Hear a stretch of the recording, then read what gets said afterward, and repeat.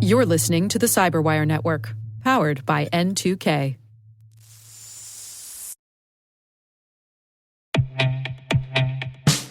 And now a word from our sponsor, SpyCloud.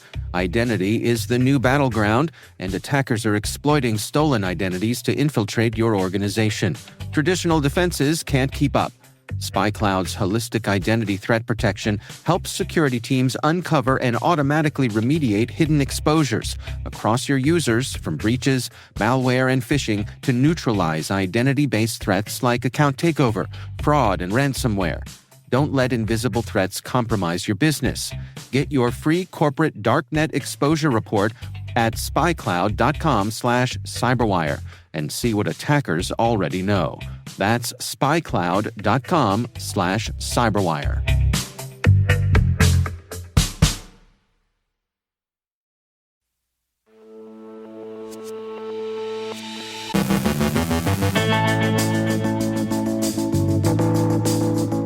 A critical flaw in Samsung CMS is being actively exploited. President Trump's proposed 2026 budget aims to slash funding for CISA.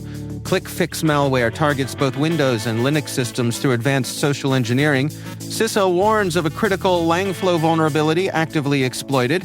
A new supply chain attack targets Linux servers using Malicious Go modules found on GitHub. The Venom Spider threat group targets HR professionals with fake resume submissions. The Luna Moth group escalates phishing attacks on U.S. legal and financial institutions. The Treasury aims to cut off a Cambodia-based money laundering campaign. Our guest is Monzy Merza, co-founder and CEO of Crogl, discussing the CISO's conundrum in the face of AI. And malware, mouse ears, and mayhem. A Disney hacker pleads guilty.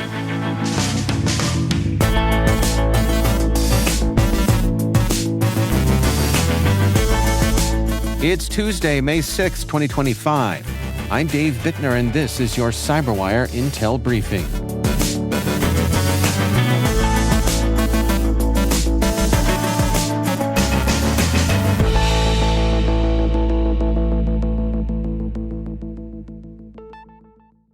Thanks for joining us here today. Great to have you with us. A critical flaw in Samsung's MagicINFO 9 server CMS is being actively exploited just days after a proof-of-concept code went public, Arctic Wolf warns. With a CVSS score of 8.8, the vulnerability allows unauthenticated attackers to upload and execute malicious files with system-level privileges. The flaw stems from improper input validation, enabling arbitrary file writes through crafted Java server pages. Remote code execution is possible. Though Samsung patched the bug in a version released in August of 2024, Arctic Wolf detected exploitation starting April 30th of this year, following public disclosure. With an easy path to exploitation and public proof-of-concept code available, experts expect continued targeting. Organizations using MagicINFO are urged to update immediately to avoid potential attacks. Turning to Washington, President Trump's proposed 2026 budget aims to slash funding for the Cybersecurity and Infrastructure Security Agency by $491 million. That's about 17%. The cuts, currently symbolic and requiring congressional approval, are framed as an effort to dismantle what the administration calls the censorship industrial complex. The White House accuses CISA of prioritizing misinformation policing over its core mission of protecting critical infrastructure and election security.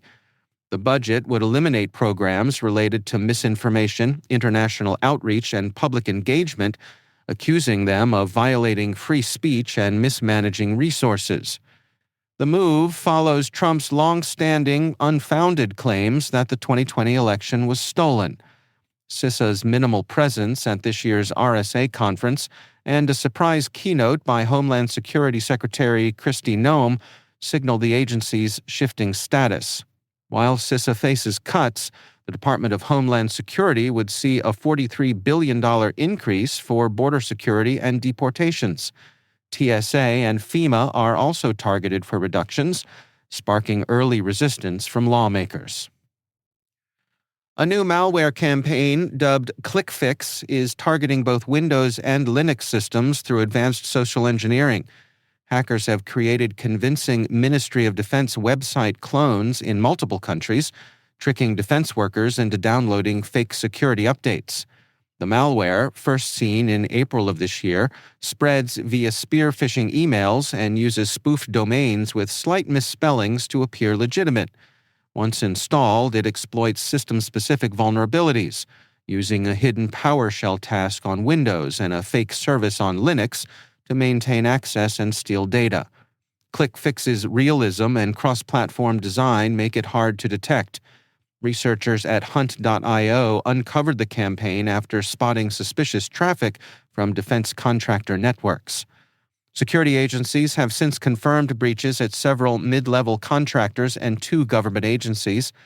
Attribution is still unknown, but the operation shows hallmarks of a well-funded threat actor. Experts recommend stricter verification of official communications and improved endpoint defenses.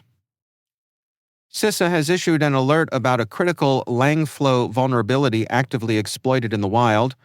Langflow, an AI development framework, is affected by a code injection flaw in its validation endpoint, allowing remote code execution without authentication. The bug, present in versions before 1.3.0, was detailed by Horizon3.ai, which released proof-of-concept exploit code. While recent versions add authentication, full mitigation may require restricting network access. Agencies must patch by May 26th per federal directives. A recent supply chain attack targets Linux servers using Malicious Go modules found on GitHub, which deliver a disk-wiping bash script named done.sh. The attack uses 3 obfuscated Golang modules, Proto-Transform, Go-MCP, and TLS proxy, to fetch and execute a payload that verifies it's on a Linux system before running a destructive dd command. This command overwrites the entire primary storage volume with zeros, rendering the system unbootable and all data unrecoverable. Researchers at Socket discovered the campaign in April of this year. The malicious modules impersonated legitimate developer tools to trick users. Because Go's decentralized ecosystem allows similar module names, attackers can sneak destructive code into unsuspecting projects. Once the script is downloaded, it runs immediately, leaving no time to respond. All 3 malicious modules have since been removed from GitHub, but developers are urged to vet dependencies carefully to avoid catastrophic damage. The Venom Spider threat group is targeting HR professionals with malware disguised as fake resume submissions. According to Arctic Wolf, attackers are sending phony job applications and links to fake personal websites. These sites display a CAPTCHA to appear legitimate, then prompt the user to download a resume, which is actually a malicious zip file. This file contains the More Eggs malware, a JavaScript-based remote access tool that steals credentials and gives attackers backdoor access. Historically focused on e-commerce and payment platforms, Venom Spider has now shifted to targeting HR portals and job boards like LinkedIn, putting nearly every industry at risk. The group uses cloud infrastructure, anonymous domains, and evasive communication methods to avoid detection. The campaign is especially dangerous because HR staff are expected to open emails and files from unknown sources, making them ideal targets under high-volume hiring pressures. The Luna Moth Group, also known as Silent Ransom Group, is escalating its callback phishing attacks on U.S. legal and financial institutions. These campaigns impersonate IT support staff via email and phone, tricking victims into calling fake help desk numbers. Victims are then persuaded to install remote monitoring tools like AnyDesk or Zoho Assist, granting attackers direct access to their systems.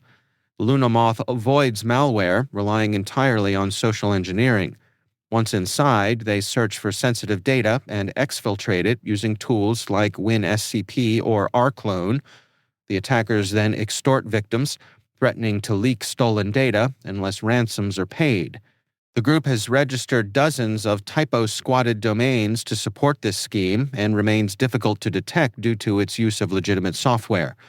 Organizations are advised to restrict unused RMM tools and block known Luna Moth infrastructure. The U.S. Treasury has begun the process of cutting off Cambodia-based Hion Group from the dollar financial system, citing its role in laundering billions for North Korea and Southeast Asian cybercriminal groups. Hion facilitated scams and laundered over $4 billion from 2021 to early 2025, including $37 million tied to North Korean cyber activities. The company operates Hion Guarantee, a massive illicit online marketplace that, according to Chainalysis and Elliptic, has processed up to $49 billion in crypto transactions, far surpassing past darknet markets like Hydra. Hion's network includes crypto and payment services that support scams and money laundering. The U.S. aims to disrupt Hion's financial operations, with Treasury officials labeling it a central hub for global cybercrime. The move follows a broader crackdown on cyber scams in East and Southeast Asia, where organized crime thrives amid weak enforcement and systemic corruption.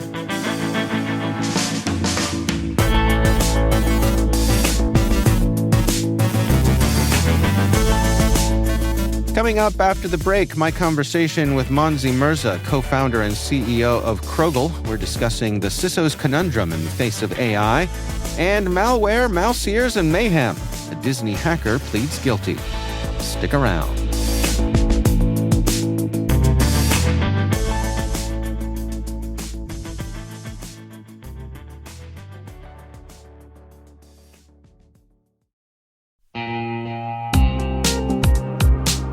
Traditional pen testing is resource-intensive, slow, and expensive, providing only a point-in-time snapshot of your application's security, leaving it vulnerable between development cycles. Automated scanners alone are unreliable in detecting faults within application logic and critical vulnerabilities. Outpost 24's continuous pen testing as a service solution offers year-round protection, with recurring manual penetration testing conducted by CREST-certified pen testers, allowing you to stay ahead of threats and ensure your web applications are always secure.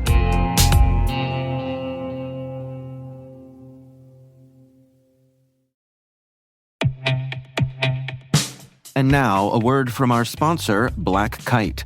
If third-party risk is keeping you up at night, you're not alone. It's a constant battle. Black Kite's third-party cyber risk platform is built on real-world threat intelligence, straight from their research team's ongoing breach analysis, dark web monitoring, and attacker tactics. That means you get a hacker's eye view of your supply chain to proactively spot risks. And speaking of research, they just dropped their 2025 third-party breach report, breaking down last year's biggest trends and what's coming next. Grab the report now at www.blackkite.com.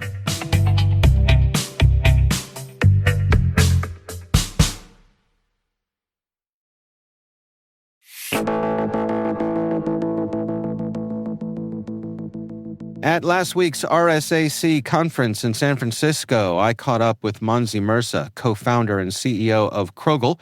In today's sponsored interview, we discuss the CISO's conundrum in the face of AI.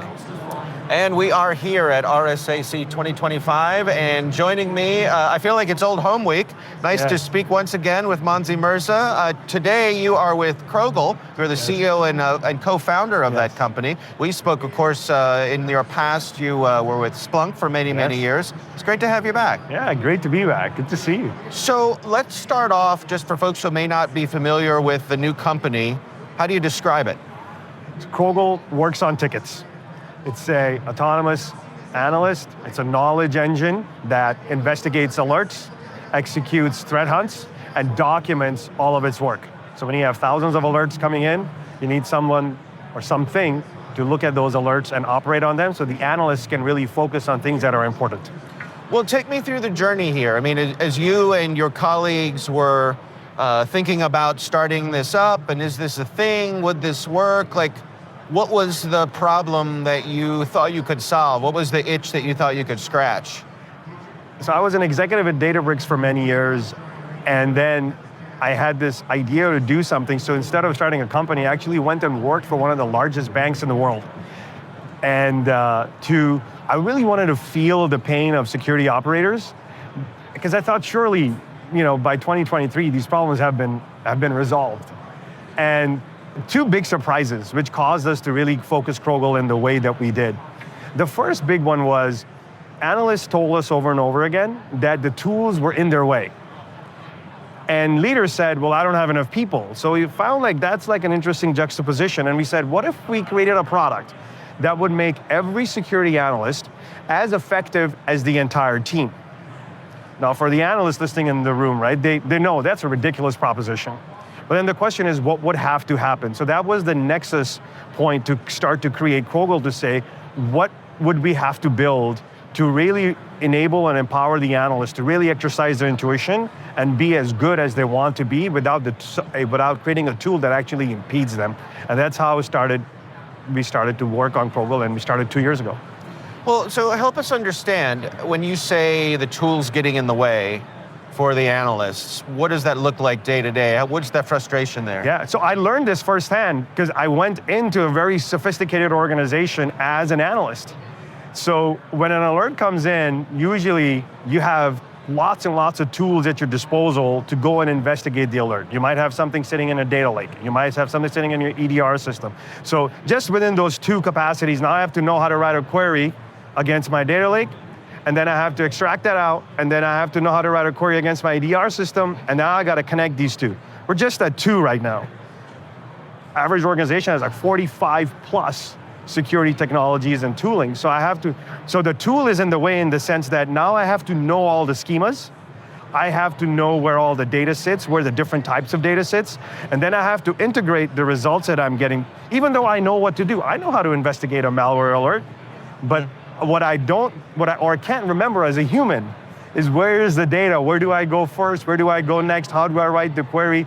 And so the tools are actually getting in my way to do my job. Okay.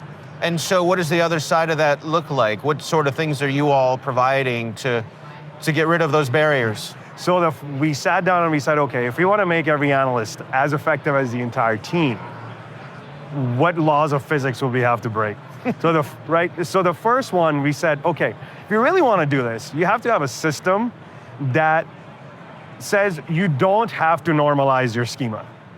Because every analysis system says you have to normalize your schema, and then you can start to work on it. But we know from experience from all these prior companies that nobody's data is normalized across, even within one tool, let alone across multiple data lakes.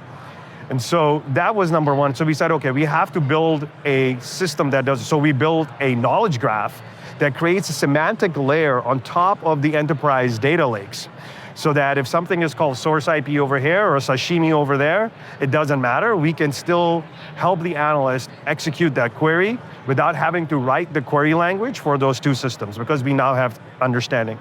The second thing that we focused on was process. So first is a data problem, the second is a process problem.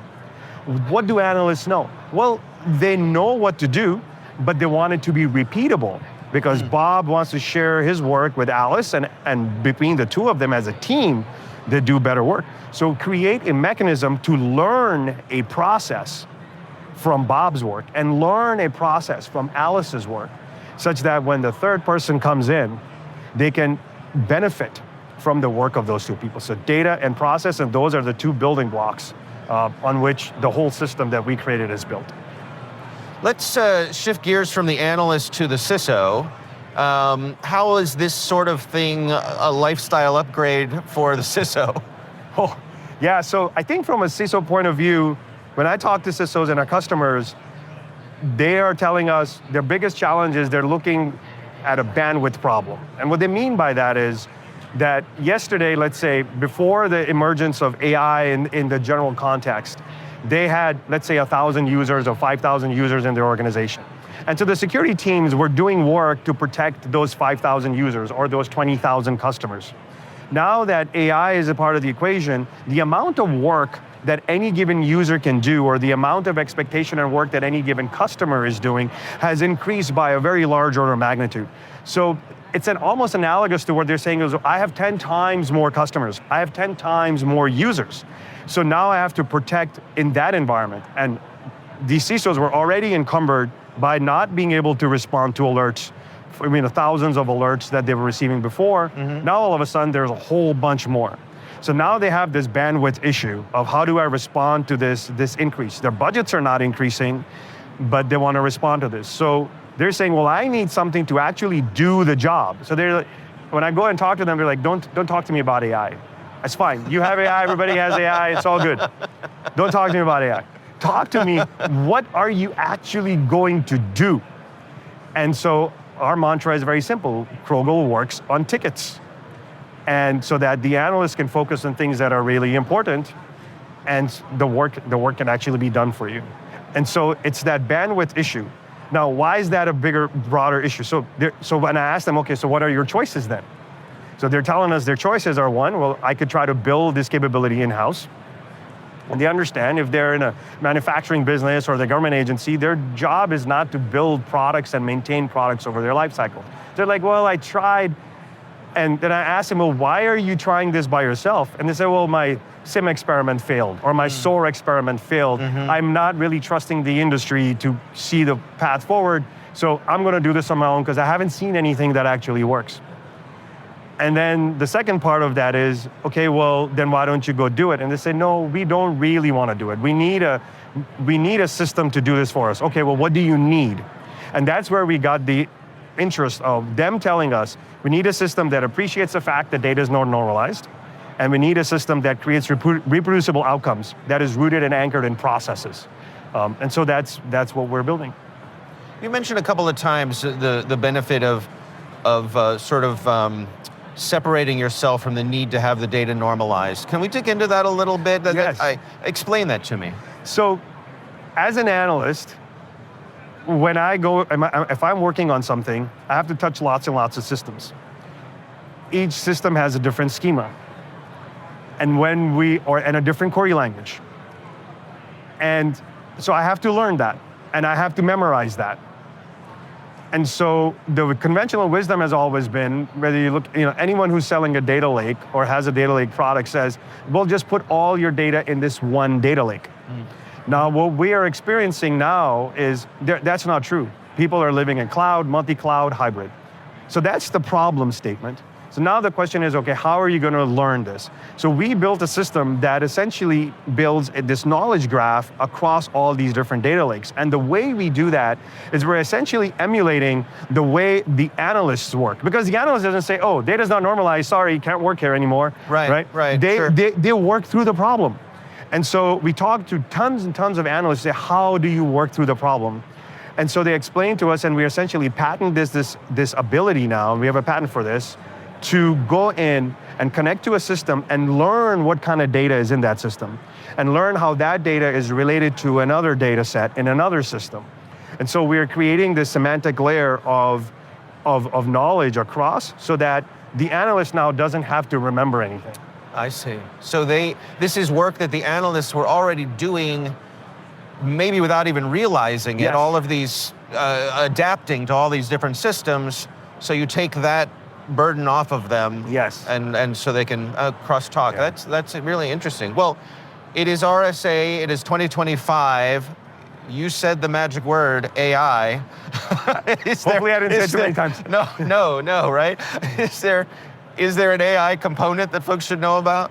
Yes. I think the biggest thing that we learned as we started the company is we like to call it a compound AI system. There is no singular sort of mechanism here. So as an example, our technology uses an LLM. We use a retrieval augmented generation capability. We have an agentic workflow. We even use a relational database. And so AI is not just like a singular entity. It is a combination of things working together to produce an outcome. In our case, the outcome being work on tickets in a responsible way, such that it's documented, it is inspectable, and it is auditable. And that's really the thing around AI that is most important for, I think, most people to understand. And I think the other piece, which a lot of folks are not talking about, which I think we're proving that to be true, which is not conventional wisdom, is, so for example, we have a customer today that's running Crogl in an internet disconnected environment. Fully functional. So it's a self-contained, customer-managed system. So even that is possible, just like, so there's two big physics things that we broke, right? The first thing we broke was, you don't have to normalize your data. How dare you even say that out loud, right? But yes, you don't have to normalize your data. There's a way to solve that problem and solve outcomes. The other one was, there's no way that you can package this system up, this compound AI system up, to make it customer managed and fully private and completely in the customer's control. So we solved that problem. So it's possible to do it. We have customers who are using it. And so that's the thing I think about AI that I think it would be really cool for more people to understand. Well, before I let you go, let's go back up to the 50,000 foot view here. As you're walking around here at RSAC, what gives you hope? What are you optimistic about? What are the positive things you're seeing from this industry?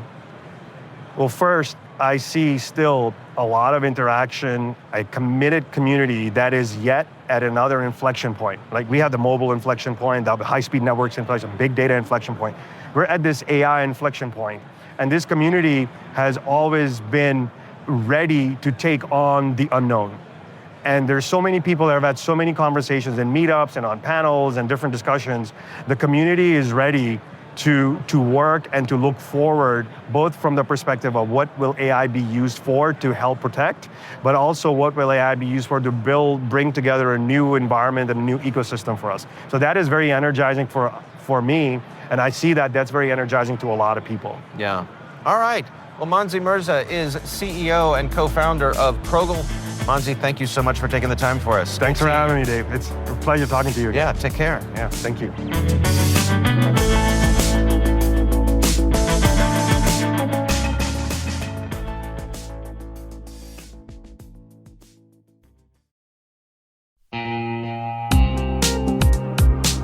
Let's be real. Navigating security compliance can feel like assembling IKEA furniture without the instructions. You know you need it, but it takes forever and you're never quite sure if you've done it right. That's where Vanta comes in. Vanta is a trust management platform that automates up to 90% of the work for frameworks like SOC 2, ISO 27001, and HIPAA, getting you audit ready in weeks, not months. Whether you're a founder, an engineer, or managing IT and security for the first time, Vanta helps you prove your security posture without taking over your life. More than 10,000 companies, including names like Atlassian and Quora, trust Vanta to monitor compliance, streamline risk, and speed up security reviews by up to 5 times. And the ROI? A recent IDC report found Vanta saves businesses over $500,000 a year and pays for itself in just 3 months. For a limited time, you can get $1,000 off Vanta at vanta.com/cyber. That's VANTA.com/cyber.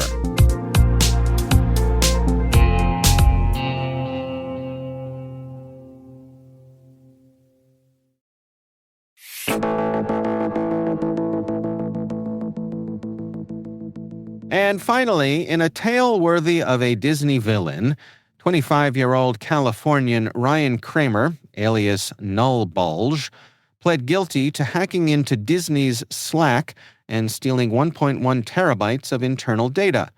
With a malware-laced AI image generator disguised as a legit program on GitHub.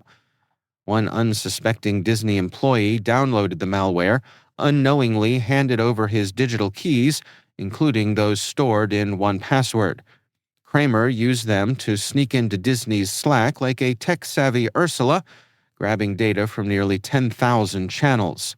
Then, with the flair of a B-movie hacker, Kramer posed as a Russian hacktivist group, threatening the employee to stay quiet or face the public dump of Disney's secrets. When the employee didn't bite, Kramer made good on the threat and posted the massive haul on breach forums. Kramer now faces up to 10 years in prison, proving once again that trying to blackmail a mouse never ends well.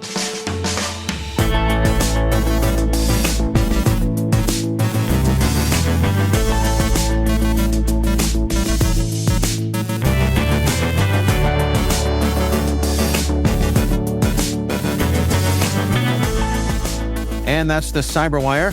For links to all of today's stories, check out our daily briefing at thecyberwire.com. We'd love to know what you think of this podcast. Your feedback ensures we deliver the insights that keep you a step ahead in the rapidly changing world of cybersecurity. If you like our show, please share a rating and review in your favorite podcast app.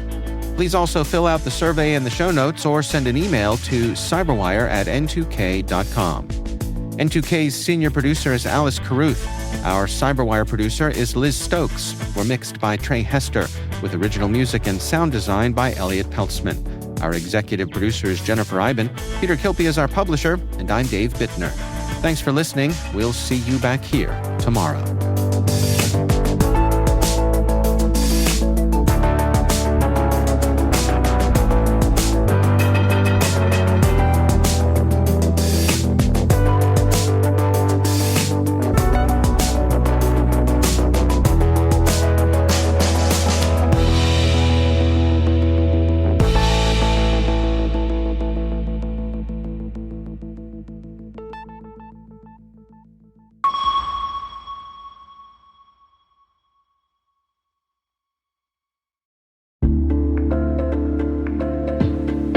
What's the common denominator in security incidents? Escalations and lateral movement. When a privileged account is compromised, attackers can seize control of critical assets. With bad directory hygiene and years of technical debt, identity attack paths are easy targets for threat actors to exploit, but hard for defenders to detect. This poses risk in Active Directory, Entra ID, and hybrid configurations. Identity leaders are reducing such risks with attack path management. You can learn how attack path management is connecting identity and security teams while reducing risk with Bloodhound Enterprise, powered by SpecterOps. Head to specterops.io today to learn more. SpecterOps, see your attack paths the way adversaries do.